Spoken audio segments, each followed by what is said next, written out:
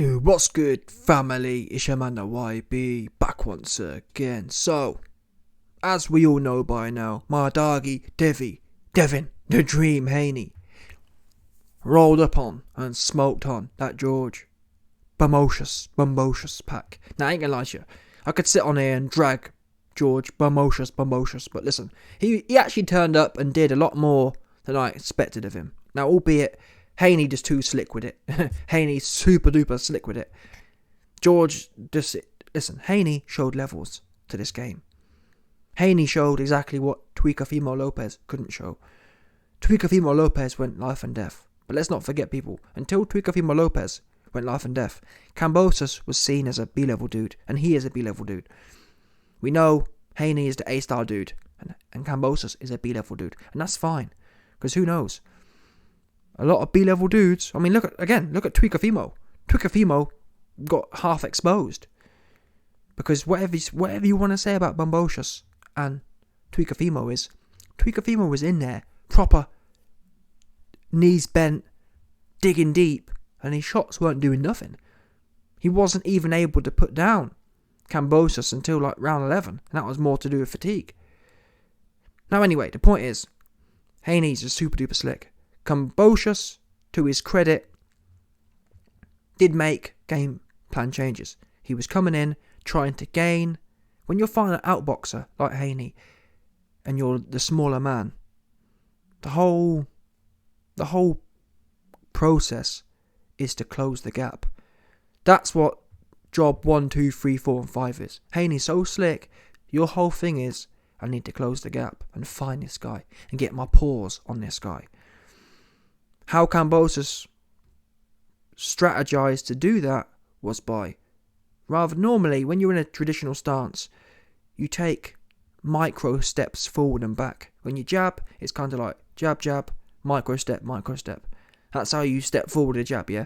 What Kambosos was doing, he was almost trying to hack the system, and he was moving forward by, rather than taking small steps, he was literally switching stances. I think even Mike Tyson had a similar strategy. You can kind of step in. So rather than take a traditional or orthodox micro step forward, you literally can swing your whole leg like you're walking forward. You basically walk forward, one big leap. And that does get you to cross the distance quickly. And listen, it had no effect. Haney too slick. But still, it got Kambosos into range. Unfortunately, by the time Haney just too slick. So yeah, Kambosos at points was able to close the gap, but when he got there, he got tied up, he got quick two-piece or whatever else. He wasn't able to convert the closing of the gap down, which isn't really shocking, because we know Haney ain't getting down like that. Haney ain't going to stand there and exchange with you toe-to-toe, which really I think is a bit of a shame. I would like to have seen, particularly in this fight towards the end, I would like to have seen Haney. Haney said before the fight he was coming to show something new. We saw something new to some extent, but I actually think a lot of the reason Haney looked more offensive was more to do with what George was doing. George came with a clear strategy of really committing himself. Now, George didn't go all the way. George didn't go Arturo Gatti versus Floyd Mayweather commitment. Yeah, Gatti was prepared to get his head literally bludgeoned. George went in there, got tired, got touched a few times and kind of backed off. George didn't go full Gatti. But I give him credit because guess what? What George did do was more than Canelo. Yeah? George committed more than Canelo. George committed more than Golovkin. We've just seen old Golovkin go in there and he didn't commit really at all, did he? Old Golovkin was happy and content to lose on points, which really is a shame, in my opinion. Canelo, when he lost against Bivol, was happy to lose on points. He wasn't prepared to really get stuck in. And we've seen that with Canelo, not just on the Bivol fight. We saw the same stuff against Floyd. Canelo wasn't prepared to really get stuck in. He was happy to get his ears boxed off at mid-range. Kambosos, at least in the early rounds, he was prepared to commit himself and get touched in doing so. Towards the end, he was knackered, he was touched all over, yeah, he was damn near molested, And at that point, he kind of resigned back into the first fight. The first fight was the whole Kambosos hype from the first fight. You never saw Kambosos really commit himself, really put himself in harm's way to try and win the fight. That can't be said for the second fight. The second fight, he did try. Unfortunately, Haney is too slick. Haney's too slick. Now, with that in mind, with that said, I do have to say, I'm disappointed in Haney. I'm disappointed in him because if there was ever a fight... Now, I ain't gonna lie to you. Before the fight, I told people was telling me he's gonna get the KO. I said, Haney won't get the KO because it's too conservative. And a leopard won't change its spots. Now, I was actually correct about Haney. I didn't actually think... I expected Kambosos to go in there and just jack again. But he actually... Kambosos surprised me. Haney didn't. I knew Haney. It's unfortunate, but I was pretty sure Haney was going to go in there and not take no risk. And he did. And it's really sad because if there was ever a time that someone was ready to go, for me it was Kambosos. Kambosos, down that last half of the fight, particularly the last quarter, he was begging to go. And watch that fight, yeah? If Haney couldn't up the gears against Kambosos, I don't think he'll ever get a stoppage. Because he was begging to go. Kambosos was losing fluid from his head. He was exhausted. He was being touched. And still, Haney just didn't have ultimately the killer spirit. And it's a shame because it was there. There was no risk. Kambosos didn't have much left on his shots. He was knackered.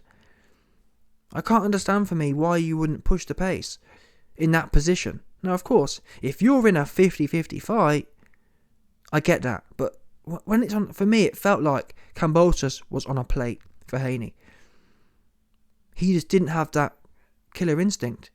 He seemed super content to win on points, which is a shame. I've got to be honest with you. Now, I'm not saying people who... I understand different styles are different styles, but... And I'm not saying if it's not there to push for it. But when it was... If there was ever a time someone should have been KO'd, it should have been Kambosos. Or at least he should have tried. I also thought, critically, Haney, way too much headhunting. It worked out... I was actually shocked by this stat. It worked out after 12 rounds, Haney had landed 6 body shots. I think he'd only thrown about 12 of them. That's total, not power shots. Haney had thrown 6 body shots, Haney had landed 6. He threw about 10 or something like that. The fuck? Kambosos actually landed 2 or 3 times more body shots than Haney did. And that for me was part of the problem. I think part of the reason why George was able to survive. Clearly his chin isn't weak.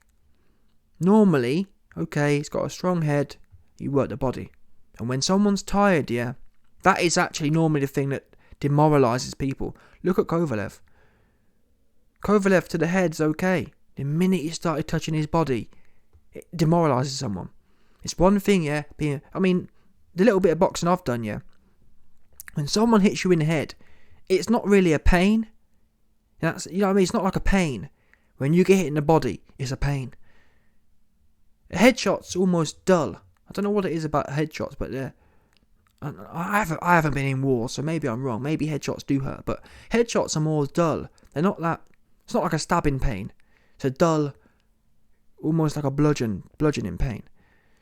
When you get stabbed to the body, it's I've been crippled. I've been on the floor before. I've been curled up in the fetal position from a body shot before. So they actually break you down. And that's what people always say. Body shots break you down. But for some reason, Haney, who I'm surprised about really, Haney's got super high IQ, but he just kept headhunting and headhunting. Maybe it's because it was working. But still, I'm yet to see, and this isn't one fight. Haney consistently, he focused on the head too much. Particularly when, fair enough, yeah, if you start going to the body and it presents problems to you, like, oh, I shot to the body and I got countered over the top. I get that, but he didn't even experiment from what I saw. particularly in them last rounds. I think in round 8, if he'd have started a body assault, that would have opened up the actual head.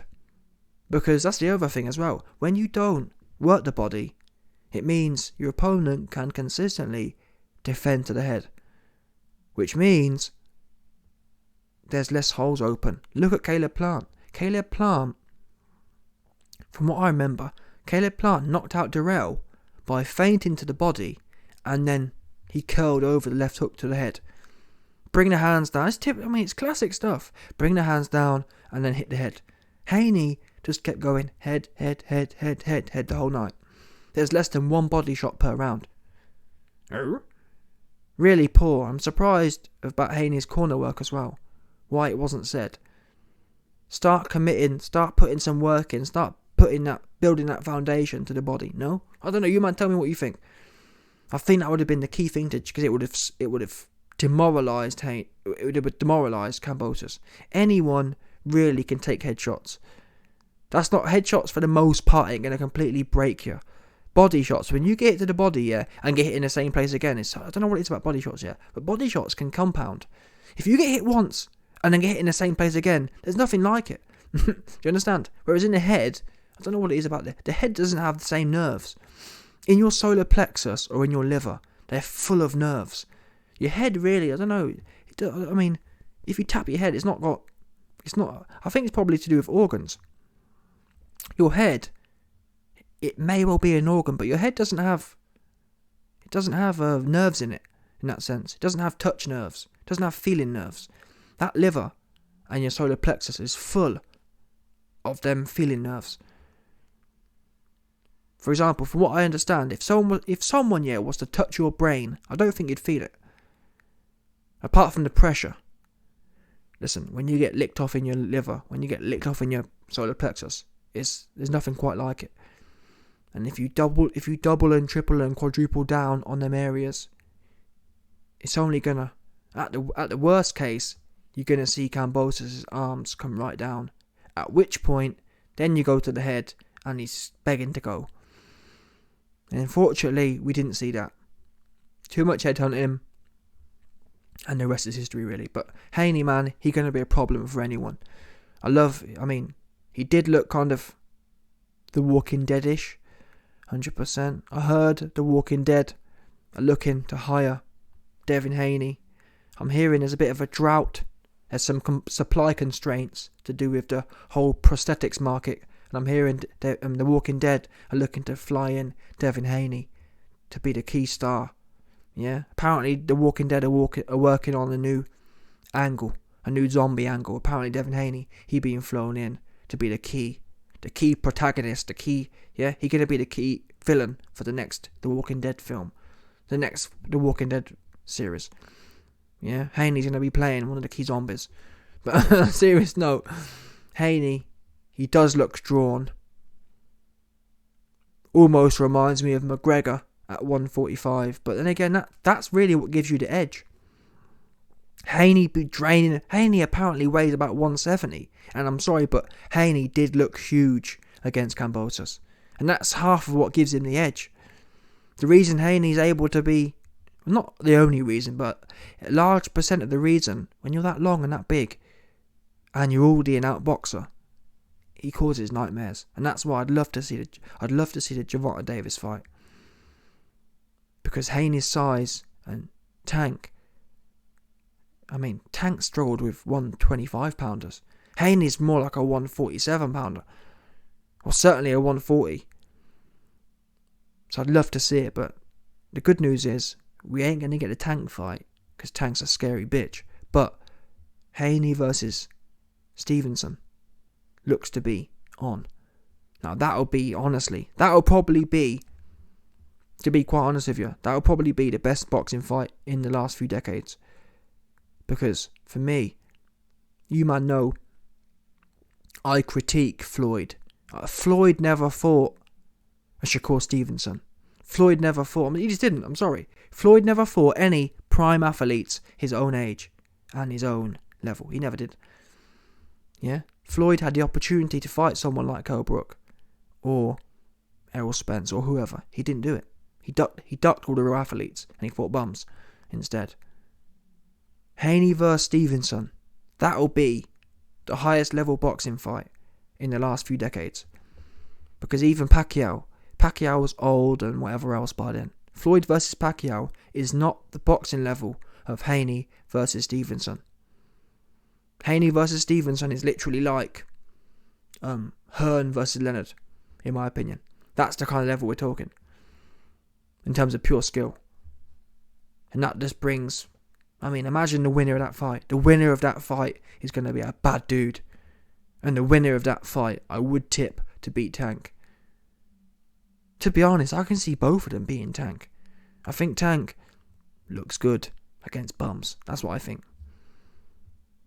Let's not forget, people. Tank the Big Slayer, yeah? How did he come up against Pitbull? Oh, all of a sudden, Tank the Big Slayer got his shit pushed in. And Tank didn't even drop Pitbull. And Pitbull ain't even top guy, is he? Supposedly. Tank meant to be the big killer, and he goes in there with Pitbull. People tell me, oh, but YB, he was injured. Listen, if he was injured, why didn't he run it back? Oops. Yeah, oh, YB, the reason Tank didn't carry on his KO streak was because he injured. If he injured, you can always run it back. Pitbull wants you bad. Oops. Yeah? You man tell me, is it a coincidence the first time Tank Davis went in there with someone coming to win who wasn't a bum? Your man Tank Davis couldn't even put the guy down. And in fact, Tank was running for his life. Pitbull was all up in Tank's business.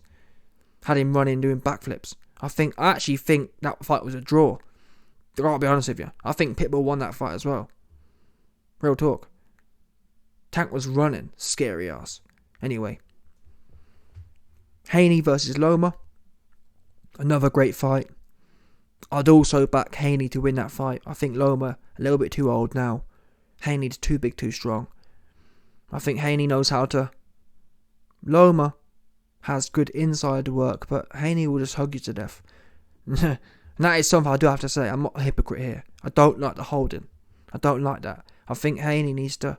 I know, this is the thing, you see. Haney's found a hack almost. He's hacked a way to win. I think, no, he should be a little bit more expressive. Yeah? You're good enough. You don't need to rely on the bare basics in that sense. Jab and grab. Not in my opinion. But what do I know? Anyway, let me know your thoughts. Like button, subscribe, and your boy will be back 1,000,000%.